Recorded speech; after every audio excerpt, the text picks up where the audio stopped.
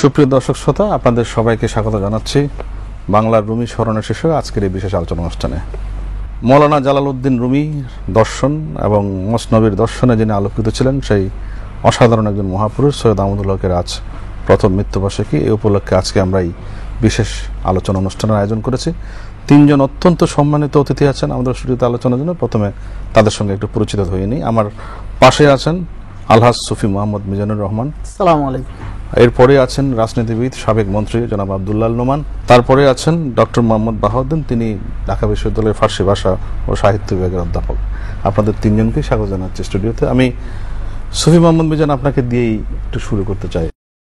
যে উপাধিটি আমরা সৈয়দ আহমদুল হকের আগে বলি যে সুফি, তিনিও একজন সুফি ছিলেন।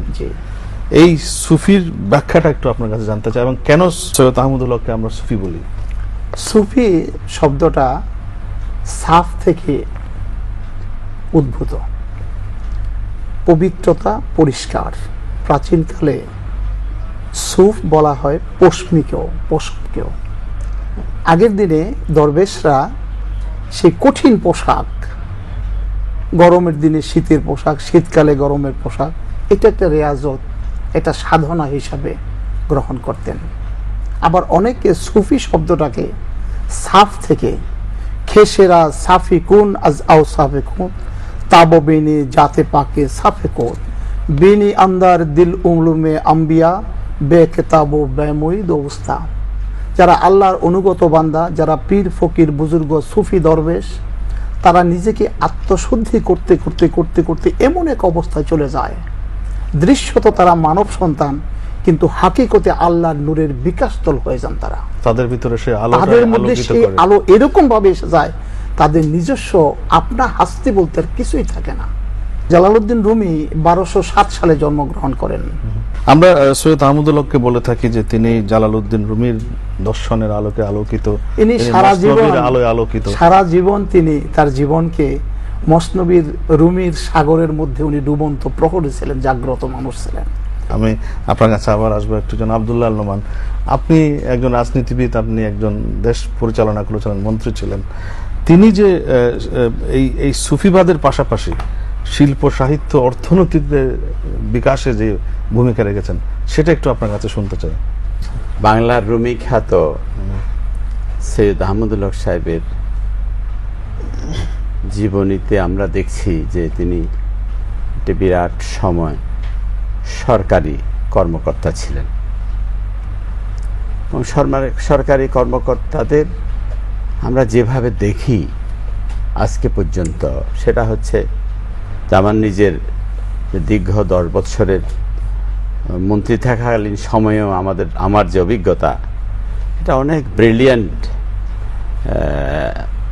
সচিব বলেন বা পদস্থ কর্মকর্তা বলেন, তারা অফিসে আসেন 9টায়, টাইমলি আসেন, আবার ঠিক টাইম যেটা 5টায় সে সময় চলে যান। এরপরে তাদের পাওয়া কঠিন হয়ে যায়। অর্থাৎ একটা চাকরির দায়িত্ব তারা শুধু পালন করেন, এর অতিরিক্ত যে দায়িত্ব থাকলে বা কোনো ফাইল থাকলে সেটা যে তখন করণীয় এটা মনে করেন না। তো সৈয়দ আহমদুল হক সাহেবকে দেখেছি ব্যতিক্রম, তাকে আসলে এই যে একজন মরমী সাধক, সুফিবাদের প্রবক্তা হিসাবে তাকে যেভাবে দেখেছি, ঠিক তার পাশাপাশি একজন কর্মময় মানুষ আমি তার মধ্যে প্রত্যক্ষ করেছি। 71-এর আগে তিনি তো সবসময় তিনি শিল্প বাণিজ্যের সাথে সম্পৃক্ত সরকারের দায়িত্বে ছিলেন, এবং তার একটা উদ্যোগ ছিল যে সবসময়ে আমাদের দেশে তখন বৃহৎ শিল্প খুব বেশি গড়ে উঠে নাই, এবং এই ক্ষুদ্র শিল্পের সহায়তা তিনি প্রদান করার চেষ্টা করেছেন, এবং শিল্প উদ্যোক্তা সৃষ্টি করার চেষ্টা তিনি করেছেন। এবং তার সময়ে আসলেই আজকে যে আমরা আন্তর্জাতিক বাণিজ্য মেলা যেটা এখানে করা হচ্ছে, বিভিন্ন জেলায় জেলায় এখন যে মেলাগুলো হচ্ছে, তো তার সময় তিনি প্রথম কুমিল্লাতে এই যে মেলার প্রবর্তন করেন, বাণিজ্য মেলার প্রবর্তন করেছিলেন। এটার পরে তিনি কক্সবাজারে তিনি বাণিজ্য মেলা করেছিলেন, যে আমাদের দেশে যে হলুদ, আমার দেশের মরিচ, আদরক, আদরক, তারপরে যে পাট, পাটের মধ্যে আবার দেশীয় পণ্যগুলো যেগুলো টঙ্গী বাড়িতে হয়, এই ধরনের বাছাই করে তিনি উদ্যোক্তা সৃষ্টি করে আমাদের যে রপ্তানিতে, যে আমাদের যে ডলারের প্রয়োজন, কারণ আমরা ঘাটতি, আমাদের চাউল আমদানি করতে হতো প্রচুর, এবং এই জন্য ডলারগুলো খরচ হয়ে যেত। সেজন্য তিনি নন ট্রেডিশনাল যে আইটেমগুলো সেগুলো রপ্তানি করে কিভাবে আমরা উপার্জন করতে পারি, সেজন্য তিনি এগুলোর উপরে কাজ করতেন। এবং গ্রামে গ্রামে ঘুরতেন, গ্রামে গ্রামে তিনি ঘুরেছেন, জেলায় জেলায় তিনি ঘুরেছেন, কোন জায়গায় কোন পরিবেশে এই ধরনের এই অর্থকরী ফসল উৎপাদন হয় সেগুলো তিনি একটা বোঝানোর চেষ্টা করেছেন। এমনকি বিশ্ববিদ্যালয় এবং বিভিন্ন ধরনের আপনার সেমিনার করে অ্যাওয়ারনেস, সচেতনতা সৃষ্টির চেষ্টা করেছেন। একটা মানুষের মধ্যে যদি দেশপ্রেম থাকে, একটা কমিটমেন্ট থাকে, যে যেখানেই আমরা আছি, আপনি আপনার জায়গায় ক্রিয়েটিভিটি থাকে, আপনার একটা দায়িত্ব আপনি পালন করছেন, যেটা আমার না। আবার মিজান সাহেবের এখানে আলাদা আলাদা ভাবে যে যার জায়গা থেকে আমরা আমাদের দায়িত্ব পালন করছি আন্তরিকতার সাথে, নিষ্ঠার সাথে। তিনিও তার এই চাকরির জীবনে তিনি এই আন্তরিকতা এবং নিষ্ঠার সাথে কাজ করেছেন। এখানে আমি বলবো যে সরকারি কর্মকর্তাদের সাথে যে একটা গুণগত যে পার্থক্য, মৌলিক যে পার্থক্য, সেটা তার মধ্যে আমরা দেখি। আব্দুল্লাহ রহমান, আপনার কাছে আমি আবার ফিরবো। আমি একটু ডক্টর মোহাম্মদ বাহাউদ্দিন, আপনি তো তাকে নিয়ে গবেষণা করেছেন, তার লেখা নিয়ে এমফিল করেছেন, পিএইচডি করেছেন। তাকে আমরা বাংলার রুমি বলছি, কি কারণে বলছি, কি কোন দিকটির জন্য তিনি বাংলার রুমি হিসেবে খ্যাত হলেন? আমি প্রথমে একটি কথা বলে নিচ্ছি, যার স্মরণে আজকে এই আলোচনা অনুষ্ঠান, বাংলার রুমি সৈয়দ আহমদুল হক, এবং যে বিষয়গুলো নিয়ে কথা বলছি, সুফিজম এবং সৈয়দ আহমদুল হক দুজনেরই একটা অসাম্প্রদায়িক মনোভাব, এবং সুফিজমের মূল কথাই হচ্ছে অসাম্প্রদায়িক চেতনা লালন করা, এবং যেটি সারা জীবন বাংলার রুমি সৈয়দ আহমদুল হক লালন করে গেছেন। আপনার প্রশ্নের জবাবে যেটি বলবো, 17 ডিসেম্বর 2004 নীলক্ষেতের যে পরিকল্পনা এবং উন্নয়ন একাডেমি মিলনায়তন, সেটি আজকের যে মাননীয় আলোচক, তিনি তখন মন্ত্রণালয়ের দায়িত্বে ছিলেন, মৎস্য ও পশু সম্পদ মন্ত্রণালয়ের মাননীয় মন্ত্রী হিসেবে। ওই অনুষ্ঠানে ওখানে একটি অনুষ্ঠান হয়েছিল, বাংলার রুমি বাংলাদেশে সুফিবাদ চর্চায় সৈয়দ আহমদুল হকের যে অবদান, তার উপর একটি সেমিনার হয়েছিল। এবং সেই সেমিনারে বাংলাদেশের দুই প্রধান কবি, বাংলা সাহিত্যের দুই প্রধান দিকপাল মনীষী, কবি আল মাহমুদ এবং কবি শামসুর রহমান, তারা দুজনেই কিন্তু বাংলার রুমিকে শ্রদ্ধা জানাবার জন্যে এবং তার কন্ট্রিবিউশনের উপরে আলোচনা করার জন্যে দুজন পাশাপাশি বসেছিলেন, এবং বাংলার রুমির আলোকে সেই সেমিনার তখন আলোকিত হয়েছিল। আমরা জানি যে এই দুজন কবি মানে এক জায়গায় সহসা বসতেন না তারা, হ্যাঁ, কিন্তু সৈয়দ আহমদুল হক নিয়ে যে অনুষ্ঠান, সময় বসতেন, বহুদিন ধরে বসতেন না, কিন্তু সৈয়দ আহমদুল হককে নিয়ে একসাথে তারা বসছেন। সৈয়দ আহমদুল হককে নিয়েই যে প্রোগ্রাম হয়েছিল, যে রুমি চর্চা, সৈয়দ আহমদুল হকের অবদান, এটি ছিল সেমিনারের বিষয়, এবং সেখানে তারা দুজন পাশাপাশি বসেছেন। এটি 2004-এর ঘটনা। 2005-এ আমি মাস্টার্স কমপ্লিট করার পরে আমি তেহরানে, ইরান সরকারের একটি বৃত্তি নিয়ে আমি তেহরানে চলে যাই, এবং সেখানে Persian language, literature, Iranian culture and সিভিলাইজেশনের উপরে একটি কোর্স সম্পন্ন করি। সেইখানে আমার যেহেতু বিশ্ববিদ্যালয় পর্যায়ে যেহেতু আমাদের এমফিল করতে হবে, পিএইচডি করতে হবে, সেখানকার প্রফেসরদের কাছে আমি কিছু টপিক চাই। তো ম্যাক্সিমাম প্রফেসর এই জালালউদ্দিন রুমির উপরে গবেষণা করতে বললেন। তো আমি প্রথম তো এই প্রোগ্রামটা দেখলাম, যে বাংলার রুমিকে এখানে পেলাম। তো ওরা যেহেতু জালালউদ্দিন রুমির কথা বলতেছে, আর আমি যেহেতু বাংলা ভাষাভাষী, সেজন্য আমার কাছে মনে হচ্ছে যে এই বাংলার রুমির সাথে আরেকটু ঘনিষ্ঠতা এবং ওনার যে কাজগুলো, এবং সেটি ইরান থেকে দেশে ফিরে এসে প্রথমেই তার সাথে পরিচয়, ঘনিষ্ঠতা আরও বাড়ে, এবং ওনার সুযোগ্য সন্তান সৈয়দ মাহমুদুল হক, আন্তর্জাতিক খ্যাতিসম্পন্ন ব্যবসায়ী, শিল্পপতি তিনি, ওনার সাথে মানে একটা সখ্যতা গড়ে ওঠে, একটা ঘনিষ্ঠতা হয়, এবং তারপরে একটা বিস্ময়কর ব্যক্তিকে আমরা পাই, আমাদের আবিষ্কার মাঝে করি। আবিষ্কার করি এবং সেটি বিশ্ববিদ্যালয় পর্যায়ে আমরা তাকে নিয়ে যাই এবং অনেকটা নীরবে নিভৃতভাবেই তিনি চট্টগ্রামের রুহ আফজা কুঠিরে সুফিজমের, জালালউদ্দিন রুমি চর্চা, বেস্টিক লিটারেচার, এই যে স্পিরিচুয়ালিজম, এগুলির চর্চা তিনি করছিলেন অনেকটা নিবৃতে। আমরা কিন্তু তাকে নিয়ে তারপরে বিশ্ববিদ্যালয় পর্যায়ে গবেষণা শুরু করি এবং প্রথমে একটি এমফিল থিসিস, সেটি তার মিস্টিক লিটারেচারের উপরে এবং বাংলাদেশে যে এই যে সুফিজমের যে চর্চা, ওইটা নিয়ে শুধুমাত্র জালালউদ্দিন রুমি চর্চা, ওই বিষয়টির উপরে সেই থিসিসটি রচিত হয়েছে।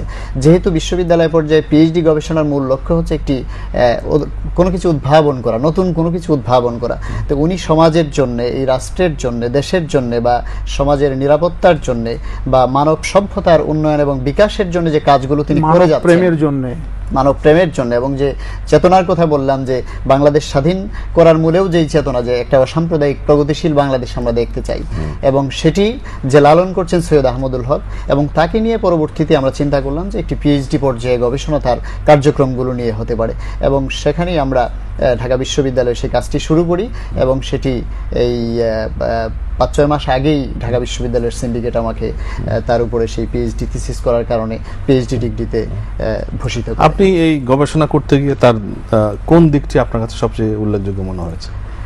আমার কাছে সবচাইতে ওনার যে দিকটি সবচাইতে মানে বিস্ময়কর লেগেছে যে একজন মানুষ হিসেবে তিনি একজন পরিপূর্ণ মানুষ ছিলেন প্রথমত, আর মানুষকে তিনি যে সম্মান করেছেন মানুষ হিসেবে, সেজন্য আমরা দেখেছি যে তার যে রুহ আফজা কুটির বা আল্লামা রুমি সোসাইটি যেটি তিনি প্রতিষ্ঠা করেছিলেন মানুষকে একই কাতারে নিয়ে আসার জন্য, জাতি ধর্ম বর্ণ নির্বিশেষে সমস্ত মানুষকে একটা জায়গায় করার জন্য যে অসাম্প্রদায়িক চেতনা তিনি লালন করছেন, সেটি হচ্ছে তার মধ্যে সবচাইতে মানে মানুষ হিসেবে যে একজন মানুষের প্রকৃত যে গুণটি থাকা উচিত সেটি তার মধ্যে ছিল। সুফি হুজুর বলতেছিলেন যে তাদের মাধ্যমে আমাদের এই পাক ভারতীয় উপমহাদেশে যে ইসলামের দাওয়াত আমরা পেয়েছি, সেই খাজা মাইনুদ্দিন চিশতি, শাহজালাল ইয়ামিনী, শাহ সুলতান, এদের মাধ্যমে আমরা পেয়েছি। তো এদেরই ধারাবাহিকতার, এবং চট্টগ্রাম আপনি জানেন যে এটি বারো আউলিয়ার পুণ্যভূমি বলা হয়, সেই বারো আউলিয়ার পুণ্যভূমি সেটিরই সর্বশেষ যে ধারাবাহিক সংযোজন, সেটি আমরা বলতে পারি যে এই একবিংশ শতাব্দীর শুরুতে যে সুফিজমের চর্চা করে গিয়েছেন সৈয়দ আহমদুল হক,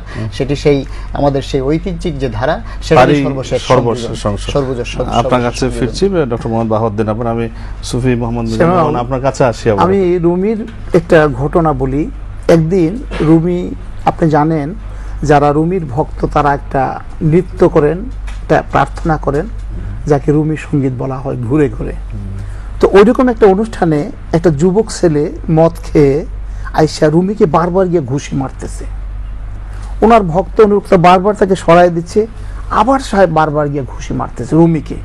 উনি তো বেখুদির হালে আছেন, এক্সটেসিতে আছেন, উনি তন্ময় অবস্থায় আছেন রুমি। তো তার ভক্তরা কি করলো, তাকে ধইরা ভীষণ পিটাপিটি শুরু করছে। উনি হঠাৎ চৈতন্য উদয় হলো, দেখলেন একটা যুবককে তার সাথী সঙ্গীরা মারপিট করতেছে। বললো কি হয়েছে, তোমরা তাকে কেন মারপিট করতেছো? বলে হুজুর, সে মদখোর, সে মদ খেয়ে আসছে, আপনাকে ভীষণভাবে প্রহার করতেছিল। তো বলে ঠিক আছে, সে মদ খেয়ে আমাকে প্রহার করতেছিল, ভালো, তোমরা কি খাইছো? তোমরা কেন তাকে মারপিট করতেছো? ছেড়ে দাও তাকে। জালালউদ্দিন রুমির সমস্ত মসনবী সমুদ্রকে যদি এক কথায় রোমন্থন করতে চান, সেটা হলো মানব প্রেম। ইশকাজ হাস্তিয়ে খুদ ওয়ারিস্তেনাস্ত, ধর্মকামে সর্মদ্বীপে ওয়াস্তেনাস্ত। প্রেম মহাসাগর, ঝর্ণার ধারা কুলকুল রবে বয়ে যায়। সে অশান্ত পরিবেশে নিজেকে যতক্ষণ পর্যন্ত সাগরের মধ্যে অবগাহন করতে না পারে, তার শান্তি নাই। সে মানুষ যদি মানুষকে ঠিক ভালোবাসতে না পারে। সৈয়দ আহমদুল হক সেই মানব প্রেমের চর্চা করেছেন, আপনার কাছে সারা জীবন দিকটি কিভাবে এসছে? আমি 1992 সালে তার সাথে গভীরভাবে সম্পৃক্ত হয়েছি। আমি তো প্রায় প্রতিদিন ওনার খেদমতে কিছু সময় থাকতাম। আমি তার জীবনের 2-4টা বৈশিষ্ট্য শ্যামল আজকে আমাদের জাতির সামনে মেসেজ আকারে দিতে চাই। তিনি বিনয়ের ভান্ডার ছিলেন। হুজুর শেখ সাদী বলেছেন, বিনয় উন্নতি পথে প্রধান সোপান, বিনয়ে মানব হয় মহামহিয়ান, মধুর ভাষায় কাজ হইবে সফল, তিক্তভাষী পাবে মনে বেদনা কেবল। মহাজ্ঞানীর মাথা বিনীত সতত, ফলভারে শাখা চতা হয় অবনত। উইল ডুরান বলছেন, modesty makes wisdom wiser, as it makes beauty lovelier. এই বিনয়ের একটা ভান্ডার ছিলেন হযরত শাহ সুফি সৈয়দ আহমদুল হক সাহেব। শেখ সাদী বলছেন, আকাশের মেঘমালার থেকে এক ফোঁটা পানি বৃষ্টি হয়ে সাগরে পতিত হলো। সাগরের বিশাল জলধি, তার সামনে ছোট্ট এক ফোঁটা পানি। সে নিজেকে অতি ছোট, অতি ক্ষুদ্র ভাবতে শুরু করলো। আমাদের মনে রাখা দরকার, যারা নিজেকে বিনীত মনে করে, যারা সংযত, অনুগত, বাধিত, নিবেত, একান্ত, তাদের ধ্বংস নাই। যাদের অহংকার, যাদের ঔদ্ধত্য আছে, তারা ধ্বংস হয়ে যায়। সেই ছোট্ট পানির ফোঁটা বিনয়ের কারণে সাগর থেকে একটা ঝিনুক আসলো, বলল, বন্ধু তুমি আমার বুকে আশ্রয় গ্রহণ করো। সেই ছোট্ট পানির ফোঁটা ঝিনুকের বুকে আশ্রয় নিল, আর আল্লাহ খুশি হয়ে তাকে মহামূল্যবান মণিমুক্তা বানায় দিলেন। সৈয়দ আহমদুল হক বিনয়ের ভূষণে ভূষিত হয়ে আমাদের সামনে মহামানব হিসাবে বিকশিত হয়েছিলেন। আরেকটা দিন আমি বলি তার মানব প্রেম সম্পর্কে। তার বাড়িতে হিন্দু, মুসলিম, বৌদ্ধ, খ্রিস্টান, ছোট, রিকশাওয়ালা, ধোপা, নাপি, চাকর, জেলে, মুচি, মুটুই, কোনো ভেদাভেদ ছিল না। মাদার টেরেসা বলেছেন, the biggest disease today in the world is not leprosy, diabetes, cancer or cholera. The biggest disease today in the world is to feel the feeling of being unwanted. আজকের দিনে সবচেয়ে বড় ব্যারাম হচ্ছে সারা বিশ্বে মানুষ মানুষকে ভালোবাসে না, মানুষ মানুষকে আদর করে না, কদর করে না। জেলে, ধোপা, রিকশাওয়ালা, তারা যে মানব গোষ্ঠীর মানব সন্তান, এই শ্রদ্ধাবোধটুকু এই আমাদের শ্রদ্ধা নাই। কিন্তু সৈয়দ আহমদুল হক আমাদেরকে বাস্তবে জীবন্ত এক্সাম্পল দিয়ে গেছেন। তার কাছে সেই রিকশাওয়ালা যাইতো, তাকে বসাইতেন আদর করে পাশে, নিজের হাতে টিনের থেকে বিস্কুট বের করে দিতেন, নিজের হাতে চা পরিবেশন করতেন। সে যে রিকশাওয়ালা, সে মানব গোষ্ঠীর মানব সন্তান। এইটা সম্যক দৃষ্টান্ত হিসাবে জীবন্ত ছিল হযরত শাহ সুফি সৈয়দ আহমদুল হক সাহেব। তার জীবনে আর একটা গভীর তপস্যার কথা বলি, সেটা হলো জ্ঞানের চর্চা করা, জ্ঞানের পিপাসা, জ্ঞান আহরণের তৃষ্ণা। এই দীর্ঘ বয়সে আমি দেখেছি তিনি কোনো কিছু শিক্ষার জন্য গাড়ি নিয়ে ছুটে যেতেন সেই আলেমদের কাছে, ওলামাদের কাছে, জ্ঞান তাপসদের কাছে, পণ্ডিত ব্যক্তিদের কাছে, টেলিফোনে জিজ্ঞাসা করতেন। এক মহান সাধক ছিলেন সৈয়দ আহমদুল হকের জীবনে। বিদ্যার সাথে বিনয় ছিল, শিক্ষার সাথে দীক্ষা ছিল, কর্মের সাথে নিষ্ঠা ছিল। তাই তিনি পরিপূর্ণ মানুষ হিসাবে বিকশিত হয়েছেন।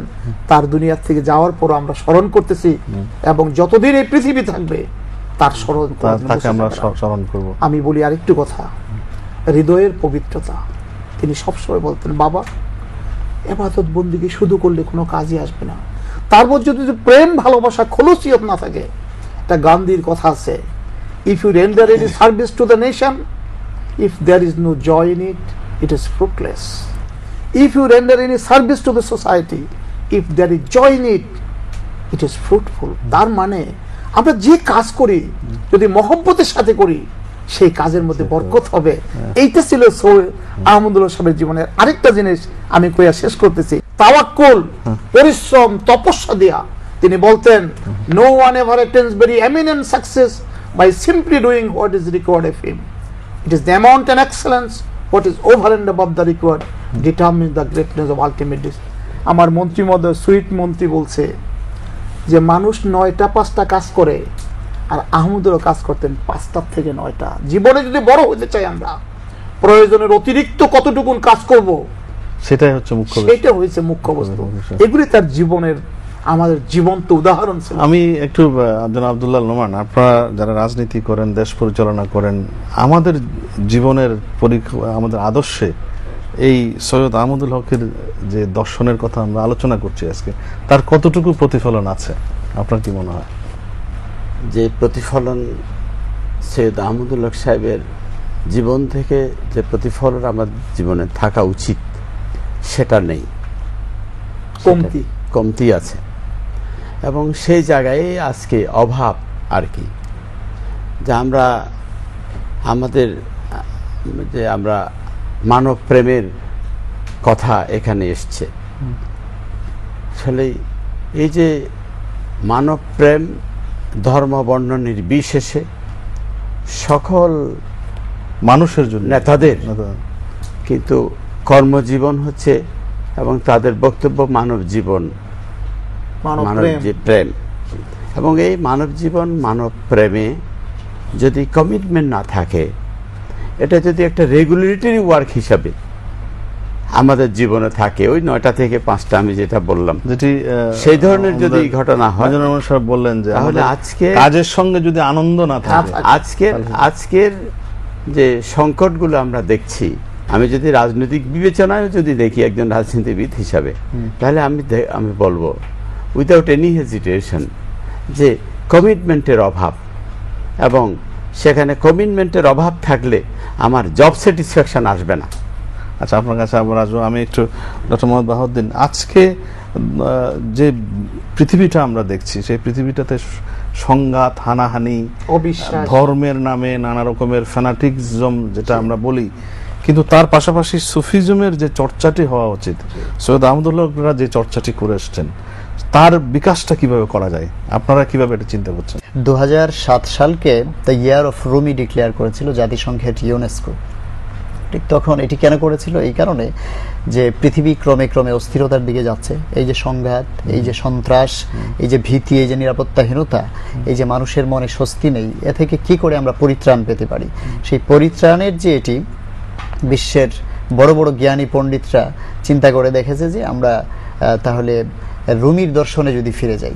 রুমির দর্শনটা কি? সেটা হচ্ছে মাযহাবে এশক বা ফালসাফিয়ে এশক, যেটি সুফি হুজুর যেটি বললেন যে মানব প্রেম বা প্রেম দর্শন, যেটি জালালউদ্দিন রুমির একটি চমৎকার উদ্ধৃতি আছে, মুর্দে বুদাম সেন্দে সুদাম, গেরিয়ে বুদাম খান্দে সুদাম, দৌলাতে এশক ওমাদমান দৌলাতে পয়ান্দে সুদাম। জালালউদ্দিন রুমি বলছেন যে মৃত ছিলাম, জীবিত হলাম, কাঁদতে ছিলাম, হেসে উঠলাম, প্রেমের মহা সম্পদ এলো, তাই তো চিররত্ন হলাম। আমরা যদি সংক্ষিপ্তভাবে তার জীবনটা দেখি, যে 1918 সালে জন্মগ্রহণ করে 1936-এ ম্যাট্রিক পাশ করলেন, তারপরে 38-এ ইন্টারমিডিয়েট পাশ করলেন, 40-এ ডিগ্রি পাশ করলেন, 42-এ ঢাকা বিশ্ববিদ্যালয় থেকে ইংরেজি সাহিত্যে তিনি মাস্টার ডিগ্রি করলেন, সেকেন্ড মাস্টার ডিগ্রি বৈরুতে লেবাননে করলেন, এবং এই যে তারপর থেকে তার কর্মকাণ্ড শুরু হলো, এবং 44 সাল থেকে উনি ওনার কর্মকাণ্ড শুরু হলো শিক্ষকতার মাধ্যমে, এবং শিক্ষকতা বেশি দিন করেনি, তারপরে সরকারি চাকরি, ডেপুটি ম্যাজিস্ট্রেট, সাব রেজিস্ট্রার, এইভাবে হয়ে হয়ে একেবারে 1980 সালে যখন তিনি সরকারি চাকরি থেকে অবসরে যান, তখন তিনি ছিলেন রপ্তানি উন্নয়ন ব্যুরোর ডিরেক্টর। এবং এই জীবনে এত ব্যস্ততা, এবং যেটি সাবেক মাননীয় মন্ত্রী বললেন যে উনি প্রত্যেকটি জেলায় জেলায় গিয়ে দেশপ্রেমের যে নজির দেখিয়েছেন, এবং সদ্য স্বাধীন যে রাষ্ট্র, আমরা যখন সেই চট্টগ্রামে নাগরিক স্মরণ সভা করি, সেখানে আওয়ামী লীগ দলীয় যে সংসদ সদস্য, আওয়ামী লীগের প্রেসিডেন্ট মেম্বার আখতারুজ্জামান চৌধুরী বাবু এমপি, তিনি তার সম্পর্কে বলেছিলেন যে মুক্তিযুদ্ধের সময় সৈয়দ আহমদুল হক ছিলেন আমাদের অবলম্বন, আমাদের আশ্রয়ের জায়গা, তিনি তো আমাদেরকে আশ্রয় দিয়েছেন, এবং মুক্তিযুদ্ধের পূর্বে, মুক্তিযুদ্ধের পরবর্তী সময়ে দেশের সামগ্রিক স্বার্থে উন্নতির লক্ষ্যে বঙ্গবন্ধু, জাতির জনক বঙ্গবন্ধু শেখ মুজিবুর রহমান যে পদক্ষেপগুলো নিচ্ছেন, সেগুলি আমার মাধ্যমে তিনি জাতির জনককে অভিনন্দন পাঠিয়েছিলেন। এই যে দেশপ্রেম, এবং সাবেক মন্ত্রী মহোদয় যেটা বললেন যে অফিস টাইমের বাইরেও যে কাজ করার যে মেন্টালিটি দেশের উন্নতির জন্য, সেটি ওনার নিজের ব্যক্তিগত স্বার্থে করেন নাই। তিনি ঝালকাঠি চলে গিয়েছেন, বিভিন্ন জায়গায়, রংপুরে গিয়েছেন, কুড়িগ্রামে গিয়েছেন, দেশের প্রত্যন্ত অঞ্চলে গিয়ে যে এই কাজগুলো করেছেন একটা কমিটমেন্ট থেকে। সেটা কোথায়? দেশপ্রেমের দিকে। হুব্বুল ওয়াতানি মিনাল ঈমান, রাসূলেরও শিক্ষা এটা, যে দেশপ্রেম হচ্ছে ঈমানের অঙ্গ। এবং সৈয়দ আহমদুল হকের জীবনে আমরা এটিই দেখি। তার যে দর্শনের কথা আমরা বলতেছিলাম, যে প্রেম দর্শন, সেটি আল্লামা রুমি সোসাইটিতে তিনি দেখিয়েছেন যে জাতি, ধর্ম, বর্ণ নির্বিশেষে সমস্ত লোকেরাই তার কাছে যায়। সমস্ত লোকগুলো যদি, সমস্ত জাতের, সমস্ত বর্ণের মানুষগুলো যদি আপনি এক করতে পারেন, তাহলেই তো সেখানে আপনি শান্তি, সেই সমাজে আপনি সেই প্রত্যাশিত যে স্বপ্নিক যে সমাজ, সেটি বিনির্মাণের জন্য তিনি যে দর্শন দিয়ে গেছেন, সেটি আজকের দিনে সবচেয়ে বেশি উপযুক্ত বলে মনে করছি। একটা কথা বলতে চাই, যে তিনি পাকিস্তানের যে আমাদের বিজাতীয় যে শাসন শোষণ যেটা চলছিল সেই সময়ে, তখন তার মধ্যে একটা প্রতিক্রিয়া আমরা তার বক্তব্যে পেয়েছি 1962 সালে, সেটা 62 লিখিত দিছে সরকার। তিনি বলেছেন যে পাকিস্তানের যে শাসক গোষ্ঠী যে আচরণ করছেন পূর্ব পাকিস্তানের জনগণের উপরে, অর্থনৈতিকভাবে বৈষম্য নীতি অবলম্বন করছেন, এটা যদি চলতেই থাকে, তাহলেই বাংলাদেশের মানুষ একদিন হয়তো তার স্বাধীনতা সংগ্রামে সেই 62 সালে তিনি সেই প্রত্যাশা ব্যক্ত করেছেন। কাজে অনেক দূরদৃষ্টি সম্পন্ন একজন মানুষ ছিলেন। এই বিষয়ে তার একটি থিসিস ছিল, লেবাননের বৈরুতে যে থিসিসটি তিনি করেছিলেন, সেই থিসিস থেকে উনি বলেছেন এই কথাটা। আসলে সৈয়দ আহমদুল হক এমন একজন মানুষ, তিনি যে জীবন এবং দর্শনের চর্চা করছেন, সেটি আজকের এই অতি ক্ষুদ্র পরিসরে আসলে আলোচনা শেষ করার মতো অনেক বড় নয়, আলোচনা দরকার। অনেক বড় আলোচনা দরকার এবং এই আলোচনাটি ধারাবাহিকভাবে শুধু আলোচনা নয়, আমাদের জীবন চর্চার মধ্যেও কিন্তু সেটি আনতে হবে। কিন্তু আজকের এই স্বল্প সময়ে আমরা কিছুটা হলেও আলোকপাত করার চেষ্টা করলাম তার যে দর্শন, তার যে জীবন চর্চা, অসুন্দরের বিরুদ্ধে সুন্দরের, সাম্প্রদায়িকতার বিরুদ্ধে অসাম্প্রদায়িকতার, জীবনমুখিতার যে চর্চা তিনি করেছেন, সেই চর্চাটি সামনে যদি আমরা অব্যাহত রাখি তাহলেই তার প্রতি আমাদের প্রকৃত শ্রদ্ধা জানানো হবে। আপনাদের তিনজনকেই ধন্যবাদ জানাচ্ছি আজকের এই ছোট্ট আলোচনা। আমরা বলবো যে তার জীবনের ব্যাপ্তি অনুযায়ী আলোচনাটি খুবই ছোট, সেই আলোচনায় অংশ নেওয়ার জন্য আপনাকে ধন্যবাদ জানাচ্ছি। আমরা তার আত্মার মাগফিরাত কামনা করে আজকের অনুষ্ঠানটি এখানে শেষ করছি। সুপ্রিয় দর্শক, আপনারা সবাই ভালো থাকুন, আপনাদের সবার জন্য রইল শুভকামনা।